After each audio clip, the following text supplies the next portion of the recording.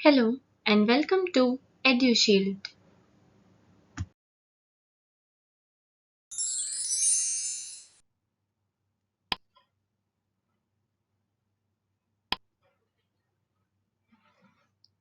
आज हम करने वाले हैं इंग्लिश क्लास 12th का chapter deep water by William Douglas.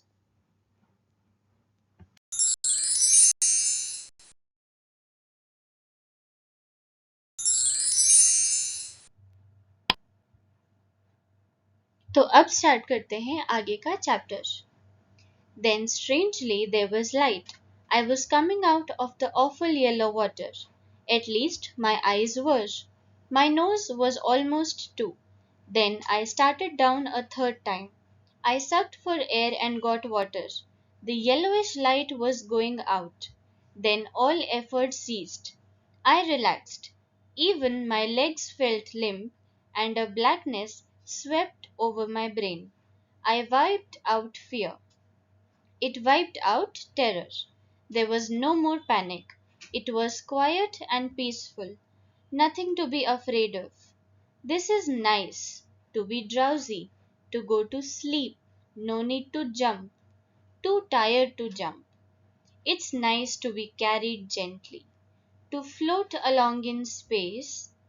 Tender arms around me. Tender arms like mother's. Now I must go to sleep. I crossed to oblivion and the curtain of life fell.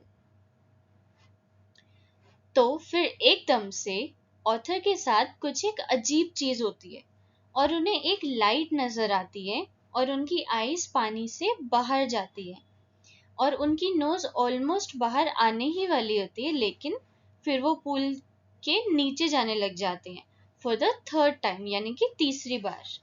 तो अभी तक first time वो तब नीचे गए थे जब उन्हें पूल में फेंक दिया था, और जब सेकंड टाइम वो गए थे तब उनका प्लान वर्क नहीं किया था, और फिर अब वो फिर से नीचे चले गए थे, और अब थर्ड टाइम वो ऊपर आकर फिर से नीचे जाने लग गए थे, और उनकी जो नोज है वो पूरी तरह पानी के बाहर नहीं आई होती, इसीलिए वो सांस लेने की कोशिश करते हैं और उसकी जगह वो पानी निगल लेते हैं।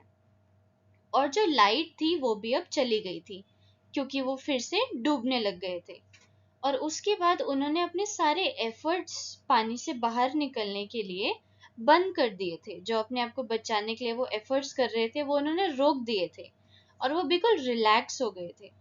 उनके लेग्स बिल्कुल लाइफलेस हो जाते हैं और उनका ब्रेन एक ब्लैकआउट एक्सपीरियंस करता है।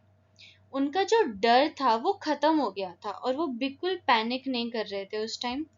वो बिल्कुल क्वाइट हो जाते हैं और पीसफुल महसूस करते हैं, और अब जब उन्हें बिल्कुल भी डर नहीं लग रहा था नीचे ड्राउन होने का, तो वो स्लीपी फील कर रहे थे क्योंकि वो बहुत ज्यादा थक भी गए थे ऊपर जंप करते करते, और वो अपने आप को अपनी कंडीशन में ही छोड़ देते हैं और उन्हें ऐसा लगता है कि वो स्पेस में फ्लोट कर रहे होते हैं, और उन्हें ऐसा भी लग रहा था कि वो एक टेंडर आर्म्स में है अपनी मदर के, और इसीलिए उन्हें स्लीपी फील हो रहा था।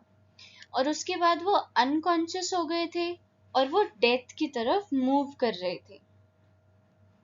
इसके बाद ऑथर कहते हैं कि I cross to oblivion and the curtain to life fell, यानी कि उन्हें ऐसा लगता है कि उनकी लाइफ का जो कर्टन है वो अब गिर चुका है, यानी कि उनका डेथ का समय आ गया है।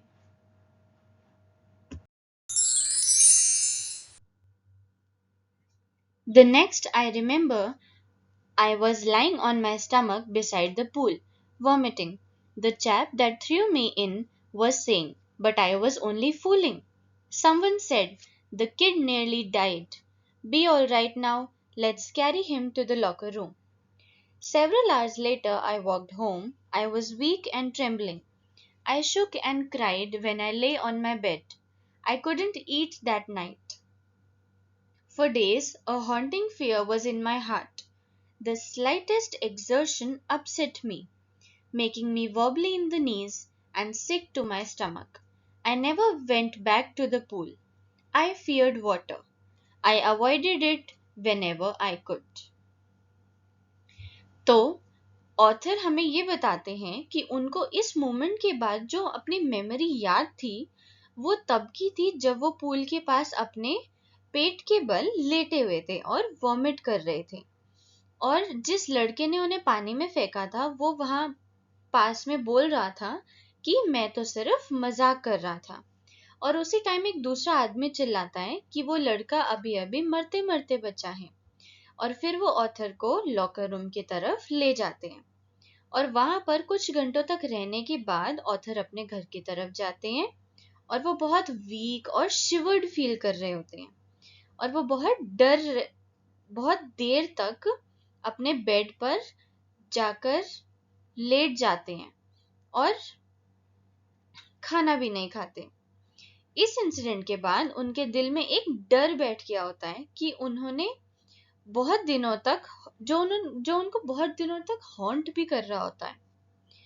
और वो कहते हैं कि एक कोई भी स्लाइटेस्ट एक्सर्शन उनको अपसेट कर देती थी, making me wobbly in the knees and sick to my stomach. यानी कि उनके पैर कांपने लग जाते थे और उनके पेट में एक अजीब सी फीलिंग होने लग जाती थी। और इसके बाद वो कभी भी पूल पर वापस नहीं जाते थे और वो हमेशा पानी को अवॉइड करते थे, यानी कि उससे दूर रहने की कोशिश करते थे जितना भी हो सके।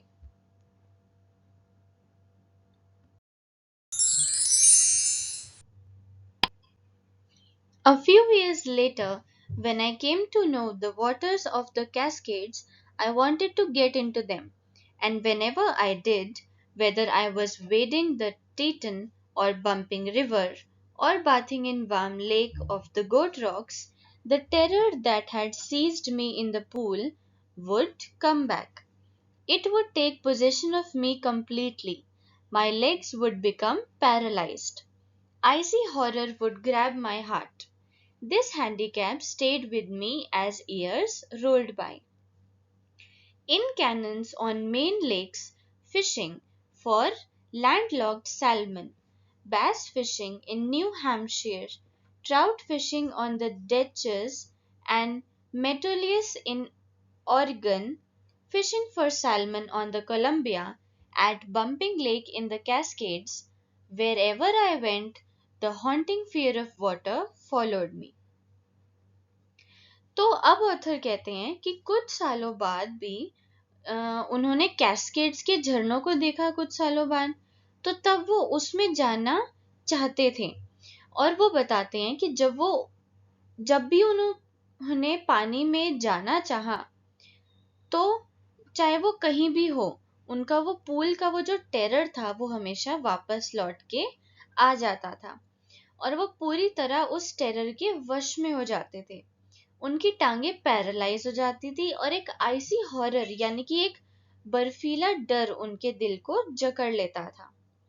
फिर ऑथर बताते हैं कि आने वाले ईयर्स में भी वो हैंडीकैप यानी कि जो पैरालाइज वाली हालत उनकी होती थी वो उनके साथ हमेशा बनी रही। फिर वो बताते हैं कि जब वो मेन लेक पर कैनोइंग करने जाते हैं या फिर सैल्मन की फिशिंग करने जाते हैं या बेस फिशिंग करने जाते हैं न्यू हैम्पशायर में या ट्राउट फिशिंग जाते हैं डेच्यूज में और ओरिगन में मेटोलियस मछली पकड़ने जाते हैं या फिर कोलंबिया में सैल्मन मछली पकड़ने जाते हैं या कैस्केड्स में बम्पिंग लेक पे जाते हैं, वहां हर जगह पानी का जो डर था वो उनके पीछे पीछे लगा रहता था।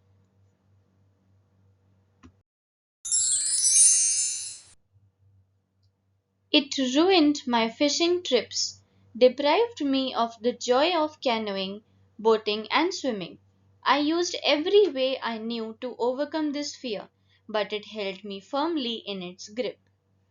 Finally, one October, I decided to get an instructor and learn to swim. I went to a pool and practiced 5 days a week, an hour each day. The instructor put a belt around me. A rope attached to the belt went through a pulley that ran on an overhead cable. He held on to the end of the rope, and we went back and forth across the pool, hour after hour, day after day, week after week.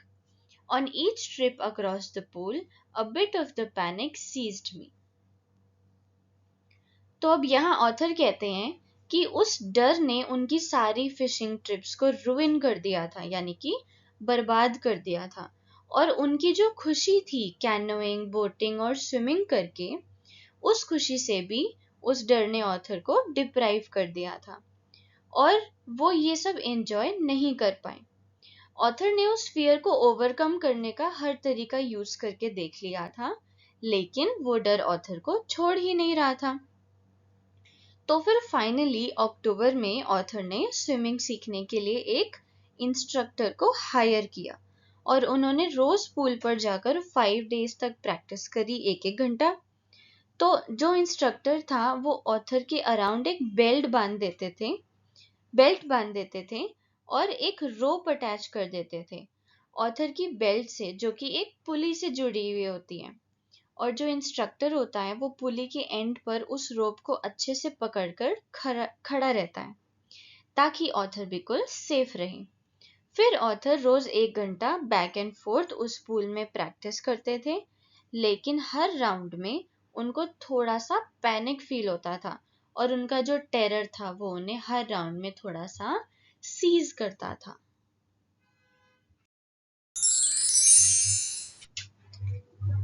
Each time the instructor relaxed his hold on the rope and I went under, some of the old terror returned and my legs froze. It was 3 months before the tension began to slack. Then he taught me to put my face under water and exhale, and to raise my nose and inhale. I repeated the exercise hundreds of times. Bit by bit, I shed part of the panic that seized me when my head went under water. Next, he held me at the side of the pool and had me kicked with my legs. For weeks, I did just that. At first, my legs refused to work, but they gradually relaxed, and finally, I could command them. Thus, piece by piece, he built a swimmer, and when he had perfected each piece, he put them together into an integrated whole. तो यहाँ author कहते हैं कि जब भी instructor रोप को थोड़ा सा ढीला छोड़ता था और ऑथर पानी में थोड़ा सा अंदर चले जाते थे, तो उनका जो फियर था, जो उनका पुराना टेरर था, वो वापस आ जाता था और उनके जो लेग्स हैं वो फ्रीज हो जाते थे। और 3 महीनों तक ऐसा ही चलता रहा। फिर ऑथर का जो फियर था वो धीरे धीरे कम होने लगता है और वो कंफर्टेबल फील करने लगते हैं। उनके इंस्ट्रक्टर उन्हें सिखाते हैं कि कैसे वो अपने फेस को पानी के अंदर डालकर एक्सेल कर सके और वापस पानी के ऊपर आकर इनहेल कर सके। फिर ऑथर इस एक्सरसाइज को कुछ 100 टाइम्स तक रिपीट करते हैं और जब भी वो एक्सरसाइज को रिपीट करते हैं तो वो अपने फियर को कम करने लगते हैं और उन्हें प्रैक्टिस होने लगती है। इस एक्सरसाइज को करने के बाद इंस्ट्रक्टर ऑथर को पूल की साइड में सिखाते हैं कि कैसे उन्हें अपने लेग्स को यूज करना है पानी को किक करने के लिए स्विमिंग करते वक्त। और उसके बाद कई हफ्तों तक ऑथर वही एक्सरसाइज को रिपीट करते हैं।